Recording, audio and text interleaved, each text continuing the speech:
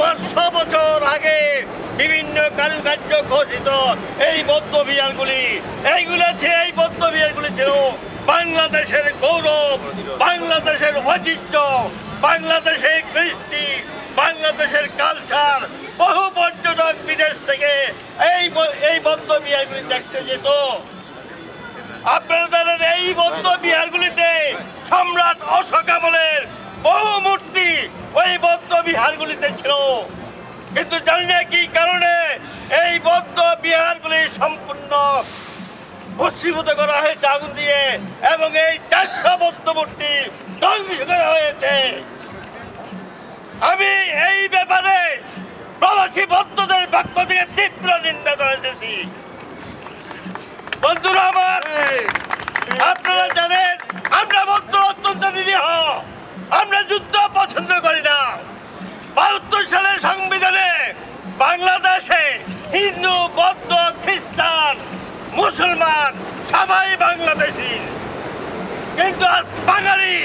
কিন্তু আজকে এই ঘটনায় সমস্ত বিশ্বের কাছে বাংলাদেশকে হেয় প্রতিপন্ন করা হয়েছে। বন্ধুরা আপনারা জানেন 1971 সালে জাতীয়তা ভোট দিয়ে আমরা বাংলাদেশিরা মুসলমান হিন্দুদের সাথে কাঁধে কাঁধ মিলিয়ে এই বৌদ্ধরা পাকিস্তান হারানো বাহিনীর সাথে আমরা যুদ্ধ করেছিলাম। বহু বৌদ্ধ নিহত হয়েছে, বহু বৌদ্ধ মা বোনের রক্তে রঞ্জিত হয়েছে, বহু বাড়ি ঘর পুড়িয়ে দেওয়া হয়েছে। আজকে আমরা এই 40 বছর পর আমরা কি পেলাম? আপনারা জানেন ব্রিটিশ আমলে, পাকিস্তান আমলে, বাংলাদেশ আমলে কোনোদিন বৌদ্ধদের উপর অত্যাচার হয় নাই, কোনো বৌদ্ধদের বাড়িঘর ধ্বংস করা হয় নাই। আজ 41 বছর পর কোন কালো হাত এই বাংলাদেশ বৌদ্ধদের ধ্বংস করার জন্য উঠে পড়ে লেগেছে, এটা আমরা বিস্মিত। বাংলাদেশ কৃষ্টি কালচারকে ধ্বংস করা হয়েছে এই বৌদ্ধগুলি পড়ানোর মাধ্যমে।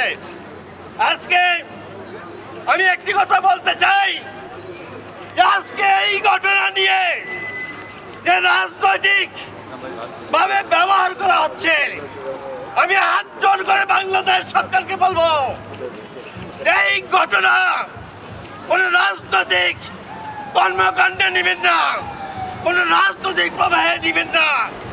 এই ঘটনার বাংলাদেশকে অস্তিত্ব রক্ষা করার জন্য, বাংলাদেশ কৃষ্টি সভ্যতাকে রক্ষা করার জন্য, বাঙালি জাতিকে রক্ষা করার জন্য, বৌদ্ধকে রক্ষা করার জন্য এই ঘটনার একটা সুষ্ঠু উচ্চ পদের বিচার বিভাগীয় তদন্ত কামনা করছি। এবং পরিশেষে আরো একটি কথা বলবো বাংলাদেশ সরকারের কাছে যে আজকে যে হাজার হাজার মানুষ রাস্তাঘাটে শুয়ে আছে, তাদের কোনো বাড়িঘর পুড়িয়ে দিয়েছে, প্রায় 400 বাড়িঘর পুড়িয়ে দিয়েছে রামু, পটিয়া, কক্সবাজারে। তারা আজ মানবতার জীবনযাপন করছে, তাদের পুনর্বাসনের জন্য অতি দ্রুত পদক্ষেপ নেওয়া হোক এবং এই 500 বছরের ইতিহাস বিজড়িত এই বৌদ্ধ বিহারগুলি যেন পুনর্নির্মাণ করা হয়, সেই জন্য প্রচুর পরিমাণে অর্থ দিয়া সেই বৌদ্ধ বিহারগুলো যেন পুনর্নির্মিত করা হয়। এই বক্তব্যকে রেখে প্রবাসী যারা এখানে আসছেন, হিন্দু, মুসলমান, বৌদ্ধ, খ্রিস্টান, এটাই প্রমাণ করে যে আমরা বাঙালি জাতি, আমাদের কোনো সাম্প্রদায়িকতা নাই, আমরা সবাই বাঙালি।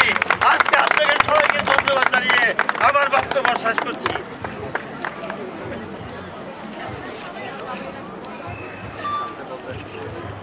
এখন আপনাদের সামনে বক্তব্য রাখবেন ঘাতক দালাল নির্মূল কমিটির সুযোগ্য সহসভাপতি জনাব ফাহিম রাজানুর।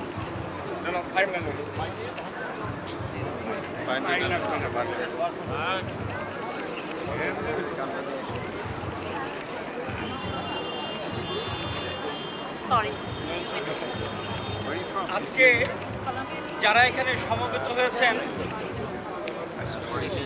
তারা সবাই জানি যে আমরা যে কারণে আজকে এখানে উপস্থিত হয়েছি, সাম্প্রদায়িক সম্প্রীতি এবং মানবতার কারণে যাতে এটা আরও বৃহৎ আকারে আমরা ছড়িয়ে দিতে পারি, সে কারণেই আজকে আমরা সমবেত হয়েছি এবং একে অপরের প্রতি কাঁধে কাঁধ দিয়ে আমরা এই চলমান এই সম্প্রীতিটাকে বজায় রাখতে চাই।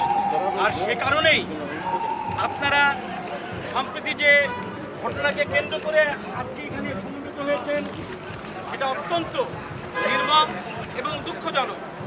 ভবিষ্যতে এই ধরনের কোনো উস্কানিমূলক কাজে সমবেত হয়ে ভিন্ন ধর্মাবলম্বী সহ যারা উস্কানিমূলক কাজে সহায়তা করেছে এবং যারা এই ব্যাপারে অগ্রণী ভূমিকা পালন করে আমাদের স্বাধীনতার বিরুদ্ধে একাত্তরের চেতনা, সেই চেতনাকে প্রতিষ্ঠিত করতে চেয়েছে, তাদেরকে দৃষ্টান্তমূলক শাস্তি দেওয়ার জন্য